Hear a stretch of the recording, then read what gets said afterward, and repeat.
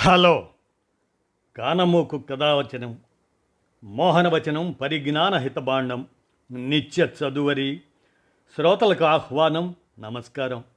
చదవదగునెవరు రాసిన తదుపరి చదివిన వెంటనే మరువక పలువురికి వినిపింపబూనిన అది ఏ పరిజ్ఞాన హితబాండమవుపో మహిళ మోహనవచనమై విరాజిల్లు. పరిజ్ఞాన హితబాండం లక్ష్యం ప్రతివారీ సమాచార హక్కు ఆస్ఫూర్తితోనే ఇప్పుడు ఈనాడు సమాచార సౌజన్యంతో 3 దశాబ్దాల మొబైల్ ఫోన్ ప్రగతి అనేటువంటి అంశాన్ని ఇప్పుడు మన కానమోకు కథావచనం శ్రోతలకు మీ కానమోకు స్వరంలో వినిపిస్తాను, వినండి. 3 దశాబ్దాల మొబైల్ ఫోన్ ప్రగతి. ఇక విందామా? Mobile at 30. మొబైల్ ఫోన్లు మన జీవితంలో విడదీయలేని భాగంగా మారాయి. ఇప్పుడంటే సోషల్ మీడియా, ఆన్లైన్ బ్యాంకింగ్ వంటి రకరకాల అవసరాలకు వాడుతుంటున్నాం. కానీ మొదట్లో కేవలం కాల్స్కే పరిమితం. ఇవి మన దేశంలో అందుబాటులోకి వచ్చి 30 ఏళ్ళు దాటింది. కేవలం 3 దశాబ్దాల్లోనే మొబైల్ ఫోన్లు లేకపోతే రోజు గడవని స్థితికి చేరుకున్నాం. వీటి ప్రస్థానం ఎలా సాగుతూ వచ్చిందో వింటారా? 1995 మొట్టమొదటి మొబైల్ కాల్. మన దేశంలో మొట్టమొదటిసారిగా మొబైల్ ఫోన్లో ఎప్పుడు మాట్లాడారో తెలుసా? 1995లో జూలై 31న అప్పటి కేంద్ర టెలికాం మంత్రి సుఖ్రామ్, పశ్చిమ బెంగాల్ ముఖ్యమంత్రి జ్యోతి బసు మధ్య ఇది సాగింది. మోడీ టెల్స్ట్రాకు చెందిన జిఎస్ఎం సర్వీస్ ద్వారా జ్యోతి బసు కోల్కతాలోని రైటర్స్ బిల్డింగ్ నుంచి ఢిల్లీలోని సంచార్ భవన్లో ఉన్న సుఖరామ్కు కాల్ చేశారు. ఇలా సెల్యులార్ సేవలు ఆరంభమయ్యాయి. ఇది మొబైల్ టెలిఫోన్ విప్లవానికి నాంది పలికింది ఆనాటి బెంగాల్ ముఖ్యమంత్రి జ్యోతి బసు. ఇక తొలి దశ విస్తరణ 1996 నుంచి 1999. మొదట్లో అన్ని చోట్ల సెల్యులర్ సేవలు అందుబాటులో ఉండేవి కావు. కేవలం మెట్రో నగరాలు, ఎంపిక చేసిన పట్టణాల్లోనే ఇవి ఆరంభమయ్యాయి. అప్పట్లో హ్యాండ్సెట్లు, కాల్ రేట్స్ చాలా ఎక్కువగా ఉండేవి.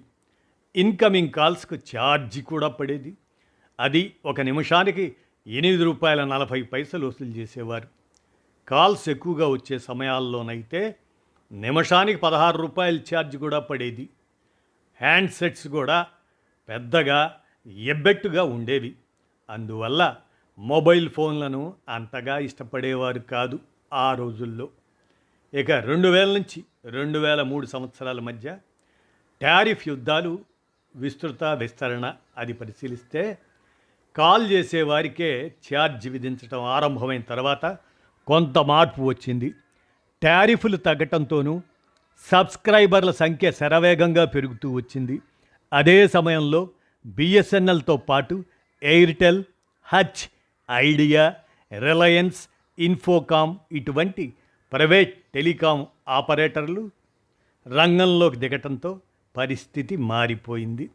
సంస్థల మధ్య పోటీ పెరగటం, ఛార్జ్ తగ్గటం, దానివల్ల మొబైల్ సేవల వాడకం ఊపందుకుంది.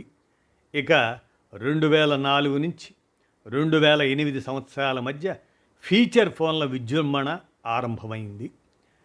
చవక ఫీచర్ ఫోన్లు, ప్రీపెయిడ్ ప్లాన్స్ రావటం మొబైల్ ఫోన్ల రంగంలో పెద్ద విప్లవమే సృష్టించింది. ₹10కే ప్రీపెయిడ్ కార్డులు అందుబాటులోకి వచ్చాయి. దీంతో గ్రామాలకు మొబైల్ ఫోన్లు విస్తరించాయి. మిస్డ్ కాల్స్తో ఛార్జ్ మిగుల్చుకున్నామని సంతోషించిన వారు ఆ రోజుల్లో కోకొల్లలు. ఎస్ఎంఎస్, రింగ్ టోన్ సేవలు బహుళ ఆదరణ పొందాయి. అనతి కాలంలోనే మొబైల్ ఫోన్ల యూజర్ల సంఖ్య 20 కోట్లు దాటిపోయింది. ఇక 2008 3G పరిచయం ఇక పెనుమార్పే. హై స్పీడ్ ఇంటర్నెట్కు మౌలిక సదుపాయాల లేమి అటువంటి కొన్ని ఆటంకాలుగా మారినప్పటికీ multimedia, messaging, video calls, app ఆధారిత సేవలు నెమ్మదిగా వేగం పుంజుకున్నాయి. ఇందుకు 3G స్పెక్ట్రమ్ దాని వేలాలు దారి చూపాయి. ఇక 2010 నుంచి 2012 సంవత్సరాల మధ్య స్మార్ట్ ఫోన్ల రంగ ప్రవేశం, 4G పరీక్షలు, వాటితో మన దేశ మార్కెట్లోకి స్మార్ట్ ఫోన్లు రాక టెలికాం రంగంలో కొత్త విప్లవానికి శ్రీకారం చుట్టింది. అదే సమయంలో 4G సేవల ప్రయోగ పరీక్షలు ఆరంభమయ్యాయి. డేటాతో ముడిపడిన అంతర్జాల వాడకం దిశగా అడుగులు పడ్డాయి. గూగుల్ ఆండ్రాయిడ్ వర్షన్తో కూడిన చవక చైనా ఫోన్లు, దేశీయ మైక్రోమ్యాక్స్ కార్బన్ పరికరాలు మార్కెట్ను ముంచెత్తాయి. మొబైల్ డేటా సబ్స్క్రైబర్ల సంఖ్య 2011లో 80 కోట్లు దాటింది. కమ్యూనికేషన్ విషయంలో ఫేస్బుక్, వాట్సాప్, సామాజిక మాధ్యమాలు ఎస్ఎంఎస్ను అధిగమించాయి. అంతర్జాలం డెస్క్టాప్ నుంచి నేరుగా యూజర్ల జేబులోకి వచ్చేసింది. అయినా ఖరీదైన వ్యవహారంగానే ఉండేది. గ్రామీణ ప్రాంతాల్లో చాలామంది దీనికి దూరంగానే ఉండిపోయారు. ఇక 2014 డిజిటల్ ఇండియా ఆరంభం. ఇక దాంతో మన దేశాన్ని డిజిటల్ సాధికార సమాజంగా మలచటానికి కేంద్ర ప్రభుత్వం డిజిటల్ ఇండియా కార్యక్రమాన్ని ఆరంభించింది. దీంతో టెలికాం మౌలిక వసతుల అభివృద్ధికి జాతీయ ప్రాధాన్యం లభించింది. ఇక 2015-2016 సంవత్సరాల మధ్య మొబైల్ అంతర్జాల విజృంభణ చెప్పే పనే లేదు. మొబైల్ అంతర్జాల వాడకాన్ని చవక డేటా ప్లాన్లు కొత్త మలుపు తిప్పాయి. ముఖ్యంగా రిలయన్స్ జియో రాకతో స్మార్ట్ ఫోన్ల వాడకం, 4G సేవలు సర్వత్రా విస్తరించాయి. ఇవి మొబైల్ డేటా విస్తృత వినియోగానికి దారితీశాయి. డేటా ధరలు 90% కన్నా తక్కువకు దిగొచ్చాయి. ఒక్కో యూజర్ మొబైల్ డేటా వాడకంలో మన దేశం ప్రపంచంలోనే తొలి స్థానానికి చేరటం గమనార్హం. సినిమాల దగ్గర నుంచి క్రికెట్ మ్యాచ్ల వరకు అన్నింటినీ మొబైల్లోనే చూడటం అలవాటైంది. ఇక 2017 నుంచి 2019 సంవత్సరాల మధ్య గ్రామీణ అనుసంధానం, విఏఎస్ పురోగతి అది పరిశీలిస్తే టెలికాం నెట్వర్క్లు గ్రామీణ ప్రాంతాల్లోకి విరివిగా విస్తరించాయి. మొబైల్ పేమెంట్స్, కాలర్ ట్యూన్స్, ఇటువంటి వాల్యూ యాడెడ్ సర్వీసెస్ విఏఎస్ అంటాం, అవి బాగా ఆదరణ పొందాయి. స్థానిక కంటెంట్కు విశేష ప్రాధాన్యం లభించింది. ఇక 2020 కోవిడ్-19 మొబైల్ జీవధార పెరిగిపోయింది. కోవిడ్-19 విజృంభణతో మొబైల్ వాడకం తీరుతెన్నులు సమూలంగా మారిపోయాయి. ఇంటి నుంచి బయటికి వెళ్ళలేని స్థితిలో అన్నింటికీ మొబైల్ సేవలే దిక్కయ్యాయి. సరుకుల దగ్గర నుంచి మందుల వరకు అన్నింటినీ ఆర్డర్ చేసి ఇంటికి తెప్పించుకోవటం పరిపాటిగా మారింది.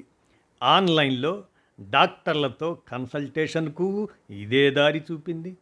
ఇంటి నుంచే చదువుకోవడానికి, ఆఫీస్ పనులు చేయడానికి మొబైల్ నెట్వర్క్ తప్పనిసరి అవసరంగా మారింది. ఆధునిక వ్యవహారాలకు జీవధారగా పరిణమించింది. డేటా వినియోగం ఒక్కసారిగా ఆకాశాన్నంటింది. ఇక 2022 5G ప్రవేశం. మన దేశం అధికారికంగా 5G సేవల అమలును ప్రారంభించింది. ముందు పెద్ద నగరాలు, పట్టణాలతో మొదలెట్టింది. ప్రభుత్వ ప్రైవేట్ భాగస్వామ్యము కలిసొచ్చింది. ప్రపంచంలో మరే దేశంలోనూ లేనంతగా 5G సేవలు శరవేగంగా విస్తరించాయి మన దేశాన. ఇక 2023 నుంచి 2025 మధ్యకాలం చూస్తే 5G విస్తరణ, టెక్నాలజీ వ్యవస్థ వృద్ధి ఇక చెప్పనలవి కాదు. ప్రస్తుతానికి మన దేశంలో సుమారు 25 కోట్ల మందికి 5G సేవలు వాడుకుంటున్నారు. దాదాపు మొత్తం జిల్లాల్లోనూ 99.6% 5G కవరేజీ ఉంది. దేశంలో 75 కోట్ల మంది స్మార్ట్ ఫోన్లను ఉపయోగిస్తున్నారు. Artificial intelligence, IoT, smart cities, remote health care, ఈ లెర్నింగ్, ఇటువంటి వాటి పురోగతికి టెలికాం రంగం గొప్ప చోదక శక్తిగా నిలుస్తుంది.